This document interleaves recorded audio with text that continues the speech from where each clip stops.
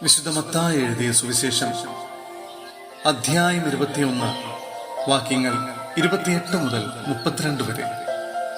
രണ്ട് പുത്രന്മാരുടെ ഉപമ. നിങ്ങൾക്ക് എന്തു തോന്നുന്നു? ഒരു മനുഷ്യന് 2 പുത്രന്മാരുണ്ടായിരുന്നു. അവൻ ഒന്നാമന്റെ അടുത്ത് ചെന്ന് പറഞ്ഞു, മകനെ, പോയി ഇന്ന് മുന്തിരിത്തോട്ടത്തിൽ ജോലി ചെയ്യുക. ഞാൻ പോകാമെന്ന് അവൻ പറഞ്ഞു. എങ്കിലും പോയില്ല. അവൻ രണ്ടാമന്റെ അടുത്ത് ചെന്ന് ഇതുതന്നെ പറഞ്ഞു. അവനാകട്ടെ, എനിക്ക് മനസ്സില്ല എന്ന് പറഞ്ഞു. എങ്കിലും പിന്നീട് പശ്ചാത്തപിച്ച് അവൻ പോയി. ഈ 2 പേരിൽ ആരാണ് പിതാവിന്റെ ഇഷ്ടം നിറവേറ്റിയത്? അവർ പറഞ്ഞു, രണ്ടാമൻ. യേശു പറഞ്ഞു, സത്യമായി ഞാൻ നിങ്ങളോട് പറയുന്നു, ചുങ്കക്കാരും വേശ്യകളുമായിരിക്കും നിങ്ങൾക്ക് മുമ്പേ സ്വർഗരാജ്യത്തിൽ പ്രവേശിക്കുക.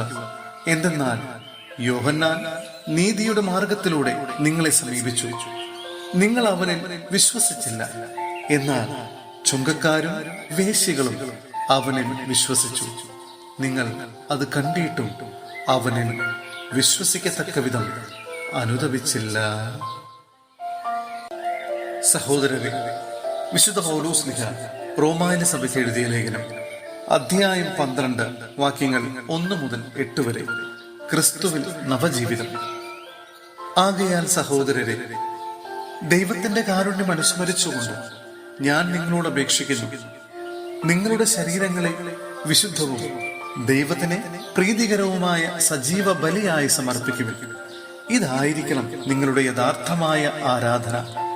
നിങ്ങൾ ഈ ലോകത്തിന് അനുരൂപരാകരുത്. പ്രത്യുത നിങ്ങളുടെ മനസ്സിന്റെ നവീകരണം വഴി രൂപാന്തരപ്പെടുവിൻ. ദൈവഹിതം എന്തെന്നും നല്ലതും പ്രീതിജനകവും പരിപൂർണവുമായത് എന്തെന്നും വിവേചിച്ചറിയാൻ അപ്പോൾ നിങ്ങൾക്ക് സാധിക്കും. എനിക്ക് ലഭിച്ചിരിക്കുന്ന കൃപയാൽ പ്രേരിതനായി നിങ്ങളോട് ഞാൻ പറയുന്നു, ഉള്ളതിലധികം മേന്മ ആരും ഭാവിക്കരുത്.